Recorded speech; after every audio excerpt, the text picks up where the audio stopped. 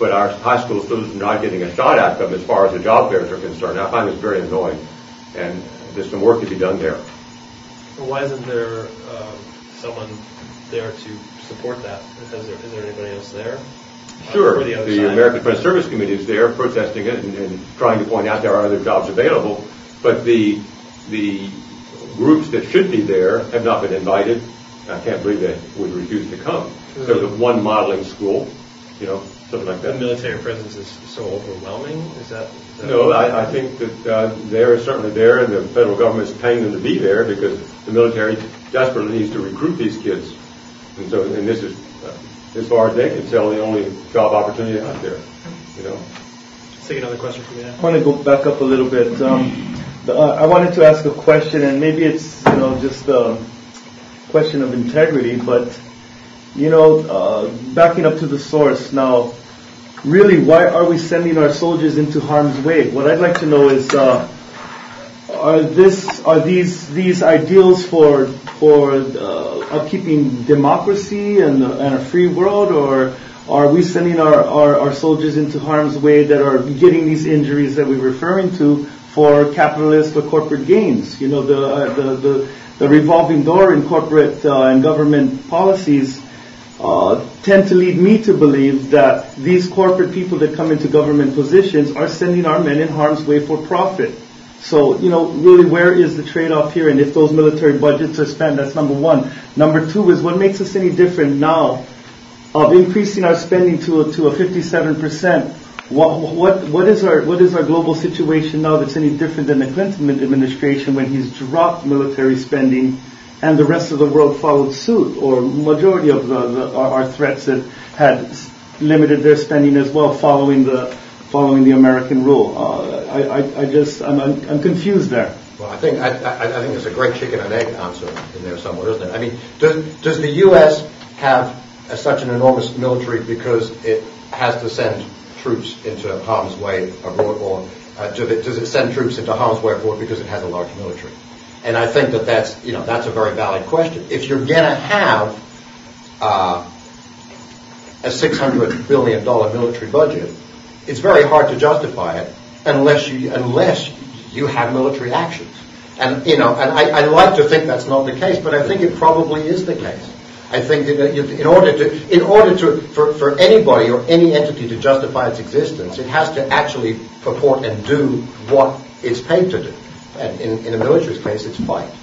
And I think that's kind of sad, but I think it's probably true. I think war profiteering is also a major role in what is happening and what's been happening for the past 20-some years. It's companies are just getting larger and larger and manufacturing war materials for profit. Can we take another question? I wonder if anyone's familiar with the black budget, the secret budget of the United States. It's not on the records. Is that the type of thing you're talking about?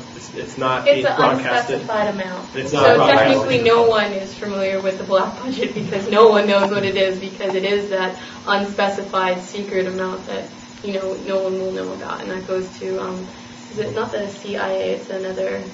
It's the NSA. CIA. What is it? NSA. Yeah. Okay.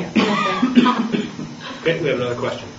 Yeah, I'm so happy to see a panel willing to discuss some of these things. It's really good to see that, and that it's something that may be broadcast. I think we're talking about social priorities, and what we'd all like to do is change those priorities so that young people and education are at the top of those priorities, and as opposed to anything else. And how do we do that is the question. And one of the ways is to open the dialogue, which is what you're doing now. And I think that's a really important part of it. And what we need to do is encourage young people and others to get involved in that dialogue. Ways to do that is to have as many different ways of people sounding off as we can possibly have. That's why I think this is really, really important what you folks are doing right here and now. And somehow we ought to find a way of saying, look, this is a social priority. Our society values children. We always have, especially here in Paradise. Here, of course, there's a long tradition of valuing generational understanding of life. And so we need to talk about that more so that people can find different ways of articulating it so that when a trickster comes to you and says, oh, well, buy this military machine, you know, we're great because we have a big military, we can say, well, wait a minute, we're great because we have children, because we have educated children, because we have education that's offered to everyone. We do this for other countries. The Marshall Plan made it possible for Germany, France, Italy, all of them to have free education for all of their children until who knows when. But our children here in the United States can do that. Going back to a usual theme of mine, which is trade-offs. There's always a trade-off. I come from Britain, where education is free. In fact, when I was at college, I didn't go to college in England. Had I gone, they would actually have paid me to go to school, as they still do in many European countries. The trade-off is, in the United States, it's actually very easy, or comparatively easy, to get into college. Maybe not the upper echelons, but to get into a college like HCC or UH, it's comparatively easy because they charge. Were it free, it would be like it is in much of Europe, which is actually quite difficult to get in. So in a strange kind of paradoxical way, the fact that university education costs money in the US makes it more open and more egalitarian. And I know that sounds paradoxical, but it's actually true. It's quite hard to get into further education in Europe. It's harder. What would you say the percentage of people is that don't make it into these universities or colleges? What would I say? So what would I say? The percentage who apply but don't make it? Yeah. Well, I mean, I think you can always find further education. If you want to find further education in a good college, it's probably the lower part. I have no idea what the stats are. I haven't looked at it. But it is harder. It is harder. The academic requirements, and I just got from speaking to my nieces and nephews, that the academic requirements are a lot harder. And there's a reason for that. It's taxpayers' money, and I think they probably feel justified in making it more difficult. Well, I think people would be willing to work harder. I mean, I pay, I think, a lot even just for coming to HCC, and I'm smart. I could probably get in if it was just all talent based, or if it was all intellectually based application. I'd like to get into Harvard. I'd like to get into Yale. But the simple fact is I can't afford it. I can't go to REMCAD. I can't go to a lot of different places. Not because I'm not smart, but because I don't have the money for it. And I think that is a trade-off that people are willing to make. I mean, going to college is a big commitment. You put all your time and effort and your money into it. And I think that people would be willing to do it, and that it is a more than fair trade-off to work harder for that. And I just can't seem to think why that would be not fair for people to try hard. I mean, we still have to take our SATs. Well, because I don't think education should just be for the bright. I think that there's an awful lot more to going to college than just learning. It's about social skills. It's about interacting. It's about making contacts for future life. It's about all kinds. It has all kinds of social implications that are really very little to do with education. And I think it should be open to everybody. And I agree. I think that it may be too expensive in the United States, but I'm not altogether sure that having to borrow money to do it and having it academically easy to enter is such a bad idea. Frankly.